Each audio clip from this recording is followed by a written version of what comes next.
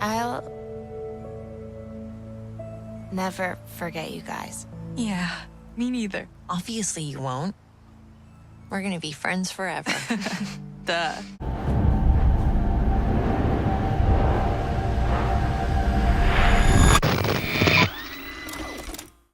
It's been 27 years, y'all. Why now? Hello, and welcome, Chocolatiers, to the review of Lost Records Bloom & Rage Tape 1. This game, didn't really know much about it. I thought it was some alien stuff. I remember the year they announced it, was it last year or so, and it was coming from DontNod. And so if you don't know, that was a bad joke, I apologize. If you don't know, they were responsible for making Life is Strange 1 and 2.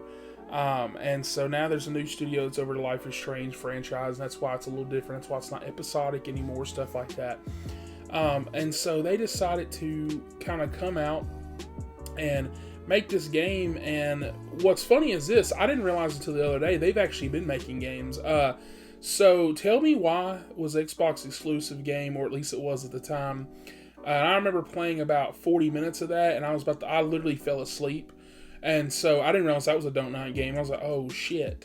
And so I immediately started looking at some more, and they made another game. I can't remember the name of it right now, but I think it's Twin Mirror or something like that. And I haven't played that game at all, so I really can't speak on that. It might be good, might be bad, I don't know. But as far as this game goes, something that I have played and beaten, I'm going to say this. I definitely recommend it if you are a Life is Strange or a DontNod fan. And the reason why I said it is because you get your cringy writing, okay? This game is kind of like Yellow Jackets meets Life is Strange. And what I mean by that is so the main plot, you play as this girl named Swan.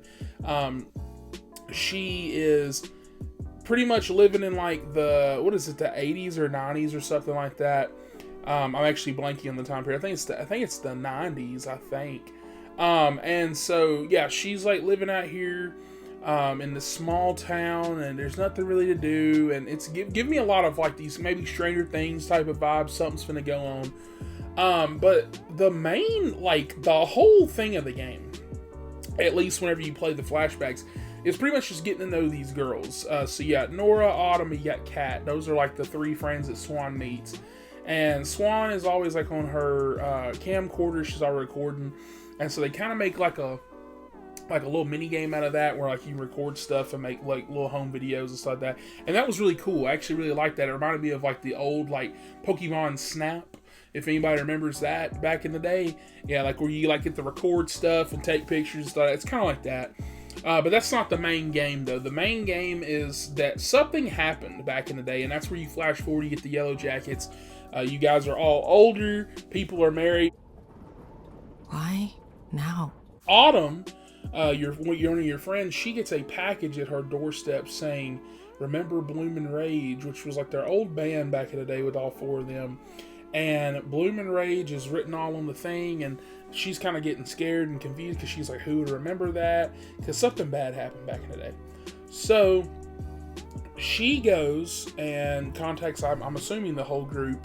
And so that's pretty much what happens. The start of the game is you pulling up, you're talking to your mom. You live in Canada currently, but now you have flew all the way over here back in the States, so that way you can, talk to her and figure out what's going on. Is that really shallow? I'm just sick of all the negativity, especially at book club. Well, she's kind of right. Not every story needs a happy ending. Sometimes it's more complicated. Seriously, Swan?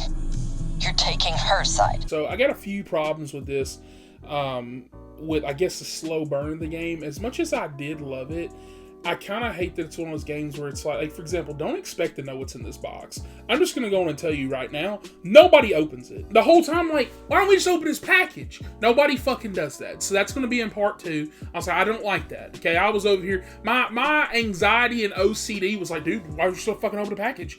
They're like, it's like, wait till everybody get... No, if I was Autumn, I'd open it in my damn house. Autumn's like, no, I'm going to wait. Like, bro, I'm just trying to know what's in this package. So, you don't know that. Just want to let you know if you don't wait for the full release.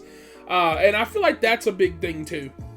If you're kind of like I am and you've kind of got like that, you know, like right now I'm eager to play part 2, but I gotta wait till April 15th. If you're like that, just wait till April 15th. Wait till the full release. If you're a physical media head like me, which I am going to get this on physical, I think there's going to be an Xbox copy, so I'll get it on there because I've been playing it on PlayStation. But if you're like that, just wait till that comes out, something like that. But if you just cannot wait, I definitely recommend this for sure. And so going back into the gameplay, it's kind of like that Life is Strange type gameplay, like that old Telltale style where you're kind of just walking, you hold R2 to walk more. You're kind of just, it's like a point and click adventure game, I guess that's what you would call it. You're pretty much just sitting over here and just making decisions and choices. Now, a lot of these choices, I'm kind of confused on. So, at the end of the game, it lets you know all your friend group, or I guess all 4 of your friends, or 3 of your friends, my bad. And all 3 of them, it lets you know kind of like what status you are. Like, oh, if you're like friends, maybe you're something more, maybe this and that, whatever.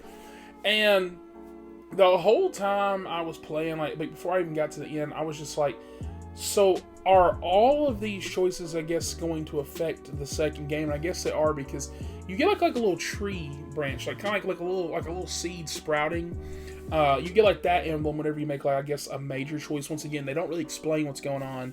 You don't get like a little walkthrough telling you, hey, this is going to matter. It doesn't tell you, oh, this person's going to remember this person's going to remember. It doesn't do any of that kind of crap.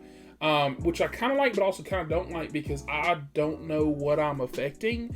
Like at one point in the game, these characters do something crazy at the end, which is where the crazy event happens in the game.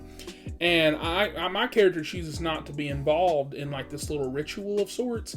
And I was kind of, and like I did like the little sprout thing. I'm kind of like, so is that going to affect anything in the story in part 2? Like, is that why it's taking so much longer for them to develop? Because I know they delayed it. They pushed it out of next month to April. And so that's curious to say. So I'm going to put a pin in that. That's why I'm also not giving this game a score yet fully. Like and subscribe for part 2 whenever we review tape 2 in April. But as far as a game goes, it is a slow burn. But I did like the slow burn, because even though there wasn't much of a story, this hanging out, this kind of like, you know, coming of age type story, I really like. I like the mystery of what's going on in the future, like, you know, what happened in the past. And so that kind of gets you through some of the slow moments, like which none of the slow moments are bad, by the way. I do want to say I like the writing enough. It's definitely got like that little teenage angst where they try to like write in, and like most of it is successful, but some of it does fail, where you're kind of like, I don't know. Graphic wise, it's like that kind of art style of like that Life is Strange, but it's like really good. Like they do acting very well, which is a weird thing to point out, but like there at one point I was like camcording because you had to record something, and like one of the girls, I was like, damn, I was like, that's crazily detailed. So stuff like that's cool. I would like to also interject, hopefully I edited this video correctly where this isn't come out of nowhere, but the soundtrack for this game is amazing. If you like any of the Life is Strange soundtracks, it's awesome. The title like soundtrack that plays like on the PS5, like when you hover over, fucking cooks. Awesome, awesome, awesome. I'm telling you right now, I knew that there was going to be vibes in this game before it happened. But yeah, just want to interject that in here.